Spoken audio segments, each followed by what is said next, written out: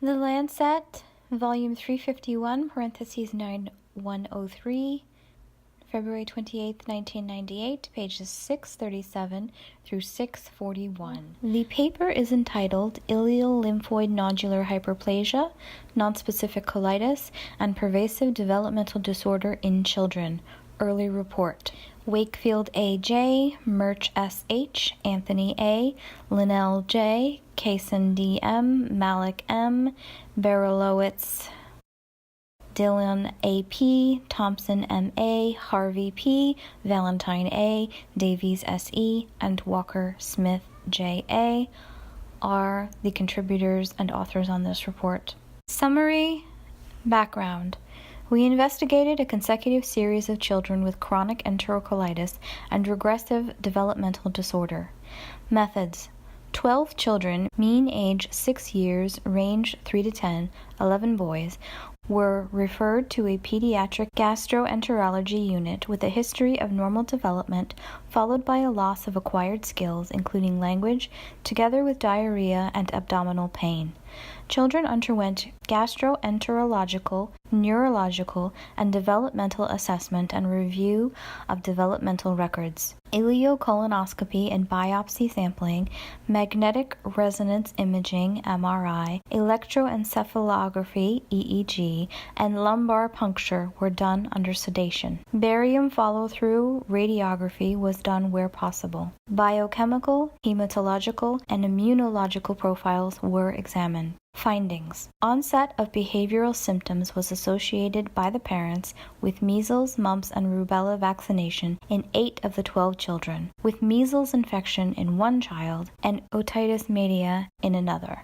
All 12 children had intestinal abnormalities ranging from lymphoid nodular hyperplasia to aphthoid ulceration. Histology showed patchy chronic inflammation in the colon in 11 children and reactive ileal lymphoid hyperplasia in 7, but no granulomas. Behavioral disorders included autism, 9, disintegrative psychosis, 1, and possible post-viral or vaccinal encephalitis, 2. There were no focal neurological abnormalities, and MRI and EEG tests were normal. Abnormal laboratory results were significantly raised urinary methylmalonic acid compared with age-matched controls, P equal to 0.003, low hemoglobin in 4 children, and low serum IgA in 4 children. Interpretation. We identified associated gastrointestinal disease and developmental regression in a group of previously normal children, which was generally associated in time with possible environmental triggers. Introduction. We saw several children who, after a period of apparent normality, lost acquired skills, including communication. They all had gastrointestinal symptoms including abdominal pain, diarrhea, and bloating, and, in some cases, food intolerance. We described the clinical findings and gastrointestinal features of these children, patients, and methods. 12 children, consecutively referred to the Department of Pediatric Gastroenterology, with a history of pervasive developmental disorder, with loss of acquired skills and intestinal symptoms, diarrhea, abdominal pain, bloating, and food intolerance, were investigated. All children were admitted to the ward for 1 week, accompanied by their parents. Clinical investigations. We took histories, including detail of immunizations and exposure to infectious diseases, and assessed the children. In 11 cases, the history was obtained by the senior clinician, JW-S. Neurological and psychiatric assessments were done by consultant staff, PH and MB, with HMS-4 criteria. Developmental histories included a review of prospective developmental records from parents, health advisors, and general practitioners. 4 children did not undergo psychiatric assessment in hospital. All had been assessed professionally elsewhere, so these assessments were used as the basis for their behavioral diagnosis. After bowel preparation, ileocolonoscopy was performed by SHM or MAT under sedation with midazolam and pethidine. Paired frozen and formalin-fixed mucosal biopsy samples were taken from the terminal ileum, ascending, transverse, descending, and sigmoid colons, and from the rectum. The procedure was recorded by video or still images and were compared with images from the previous 7 consecutive pediatric colonoscopies. 4 normal colonoscopies, and 3 on children with ulcerative colitis, in which the physician reported normal appearances in the terminal ileum. Barium follow-through radiography was possible in some cases. Also under sedation, cerebromagnetic resonance imaging, MRI, electroencephalography, EEG, and sensory evoked potentials, where compliance made these possible, and lumbar puncture was done. Laboratory investigations. Thyroid function, serum long-chain fatty acids, and cerebrospinal fluid lactate were measured to exclude known causes of childhood neurodegenerative disease. Urinary methylmalonic acid was measured in random urine samples from 8 of the 12 children and 14 age-matched and sex-matched normal controls by a modification of a technique described previously. Chromatograms were scanned digitally on computer to analyze the methylmalonic acid zones from cases and controls. Urinary methylmalonic acid concentrations in patients and controls were compared by a 2-sample t-test. Urinary creatine was estimated by routine spectrophotometric assay. Children were screened for anti-endomysial antibodies, and boys were screened for Fragile X, if this had not been done before. Stool samples were cultured for Campylobacter spp, Salmonella spp, and Shigella spp, and assessed by microscopy for ova and parasites. Sera were screened for antibodies to Yersinia.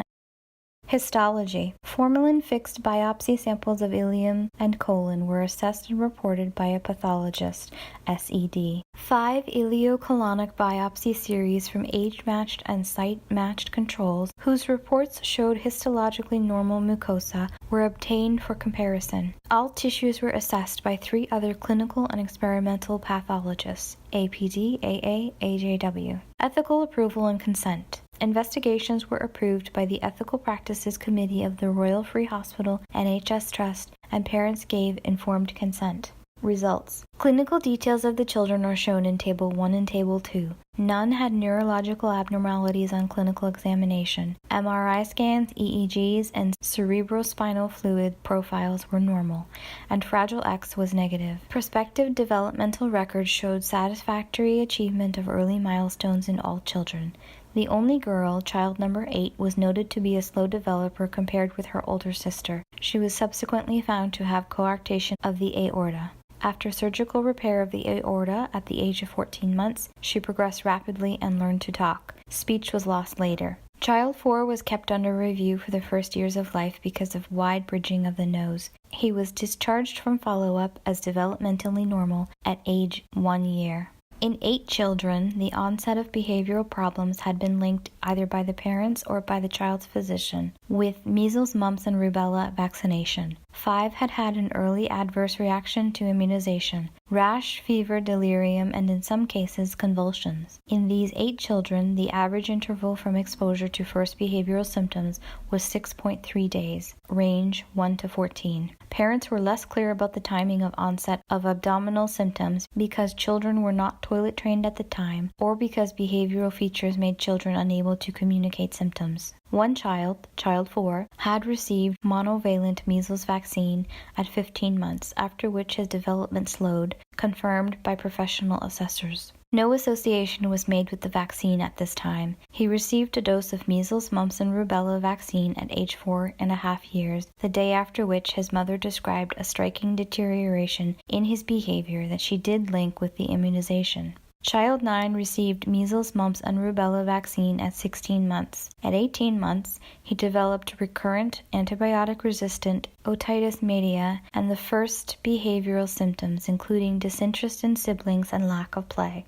Table 2 summarizes the neuropsychiatric diagnosis, the apparent precipitating events, onset of behavioral features, and age of onset of both behavior and bowel symptoms. Laboratory tests. All children were anti-endomysial antibody negative, and common enteric pathogens were not identified by culture, microscopy, or serology. Urinary methylmalonic acid excretion was significantly raised in all 8 children who were tested, compared with age-matched controls. Abnormal laboratory tests are shown in Table 1. Endoscopic findings. The caseum was seen in all cases and the ileum in all but 2 cases. Endoscopic findings are shown in Table 1. Macroscopic colonic appearances were reported as normal in 4 children. The remaining 8 had colonic and rectal mucosal abnormalities, including granularity, loss of vascular pattern, patchy erythema, lymphoid nodular hyperplasia, and in 2 cases, aphthoid ulceration. 4 cases showed the red halo sign around the swollen cassal lymphoid follicles, an early endoscopic feature of Crohn's disease. The most striking and consistent feature was lymphoid nodular hyperplasia of the terminal ileum, which was seen in 9 children, and identified by barium follow-through in 1 child in whom the ileum was not reached at the endoscopy.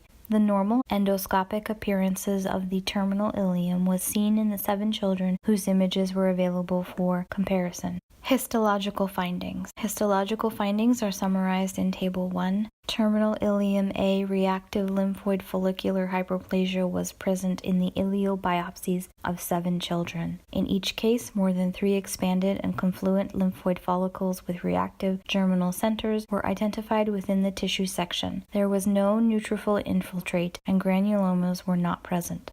Colon. The lamina propria was infiltrated by mononuclear cells, mainly lymphocytes and macrophages, in the colonic biopsy samples. The extent ranged in severity from scattered focal collections of cells beneath the surface epithelium, 5 cases, to diffuse infiltration of the mucosa, 6 cases. There was no increase in intraepithelial lymphocytes, except in 1 case, in which numerous lymphocytes had infiltrated the surface epithelium in the proximal colonic biopsies. Lymphoid follicles in the vicinity of mononuclear cell infiltrates showed enlarged germinal centers with reactive changes that included an excess of tingible body macrophages. There was no clear correlation between endoscopic appearances and the histological findings. Chronic inflammatory changes were apparent histologically in endoscopically normal areas of the colon. In 5 cases, there was a focal acute inflammation with infiltration of the lamina propria by neutrophils. In 3 of these, neutrophils infiltrated the cassal and rectal crypt epithelium. There was no crypt abscesses. Occasional bifid crypts were noted, but overall crypt architecture was normal. There was no goblet cell depletion, but occasional collections of eosinophils were seen in the mucosa. There were no granulomata. Parasites and organisms were not seen. None of the changes described above were seen in any of the normal biopsy specimens.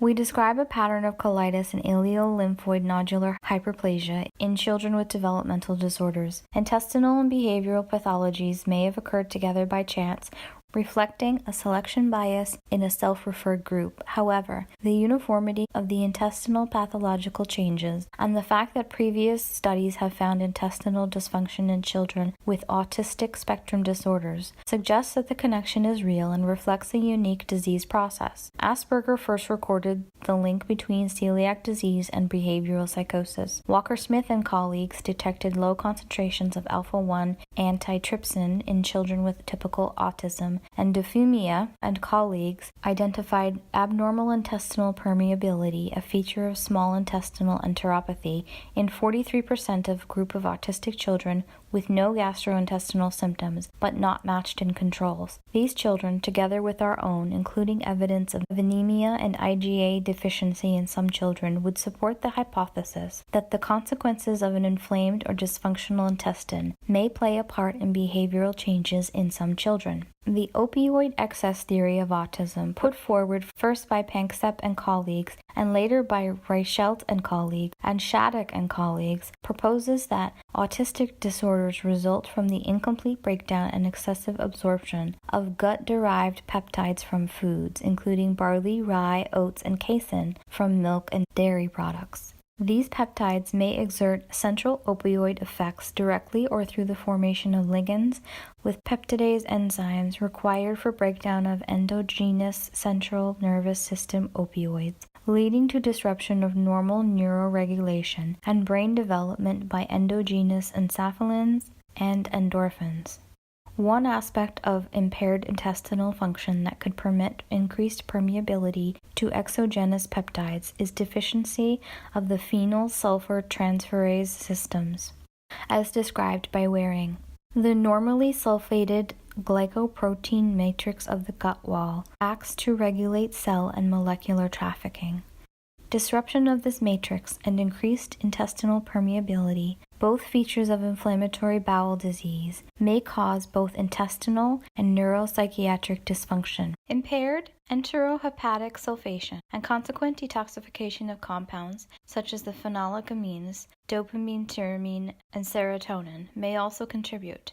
Both the presence of intestinal inflammation and the absence of detectable neurologic abnormality in our children are consistent with an exogenous influence upon cerebral function. Lucarelli's observation that after removal of a provocative enteric antigen, children achieved symptomatic behavioral improvement suggests a reversible element in this condition. Despite consistent gastrointestinal findings, behavioral changes in these children were more heterogeneous. In some cases, the onset and course of behavioral regression was precipitous, with children losing all communication skills over a few weeks to months. This regression is consistent with a disintegrative psychosis, Heller's disease, which typically occurs when normally developing children show striking behavior changes and developmental regression, commonly in association with some loss of coordination and bowel or bladder function. Disintegrative psychosis is typically described as occurring in children after at least 2 to 3 years of apparently normal development. Disintegrative psychosis is recognized as a sequel to measles encephalitis, although in most cases no cause is ever identified. Viral encephalitis can give rise to autistic disorders, particularly when it occurs early in life. Rubella virus is associated with autism, and the combined measles, mumps, and rubella vaccine, rather than monovalent measles vaccine, has also been implicated. Fudenberg noted that for 15 of 20 autistic children, the first symptoms developed within a week of vaccination. Gupta commented on the striking association between measles, mumps, and rubella vaccination and the onset of behavioral symptoms in all the children that he had investigated for regressive autism. Measles virus and measles vaccination have both been implicated as risk factors for Crohn's disease, and persistent measles vaccine strain virus infection has been found in children with autoimmune hepatitis. We did not prove an association between measles, mumps, and rubella vaccine and the syndrome described. Virological studies are underway that may help to resolve this issue. If there is a causal link between measles, mumps, and rubella vaccines and this syndrome, a rising incidence might be anticipated after the introduction of this vaccine in the UK in 1988. Published evidence is inadequate to show whether there is a change in incidence or a link between measles, mumps, and rubella vaccines. A genetic predisposition to autistic spectrum disorders is suggested by overrepresentation in boys and a greater concordance rate in monozygotic than in dizygotic twins. In the context of susceptibility to infection, a genetic association with autism linked to a null allele of the complement C4b gene located in the class 3 region of the major histocompatibility complex has been recorded by Warren and colleagues. C4b gene products are crucial for the activation of the complement pathway and protection against infection. Individuals inheriting 1 or 2 C4b null alleles may not handle certain viruses appropriately, possibly including attenuated strains. Urinary methylmalonic acid concentrations were raised in most of the children, a finding indicative of a functional vitamin B12 deficiency. Although vitamin B12 concentrations were normal, serum B12 is not a good measure of functional B12 status. Urinary methylmalonic acid excretion is increased in disorders such as Crohn's disease, in which cobalamin excreted in bile is not reabsorbed. A similar problem may have occurred in the children in our study. Vitamin B12 is essential for myelinogenesis in the developing central nervous system, a process that is not complete until around the age of 10 years. B12 deficiency may therefore be a contributing factor in the developmental regression. We have identified a chronic enterocolitis in children that may be related to neuropsychiatric dysfunction. In most cases, onset of symptoms was after measles, mumps, and rubella immunization. Further investigations are needed to examine this syndrome and its possible relation to this vaccine. Addendum. Up to January 28th, a further 40 patients have been assessed, 39 with the syndrome.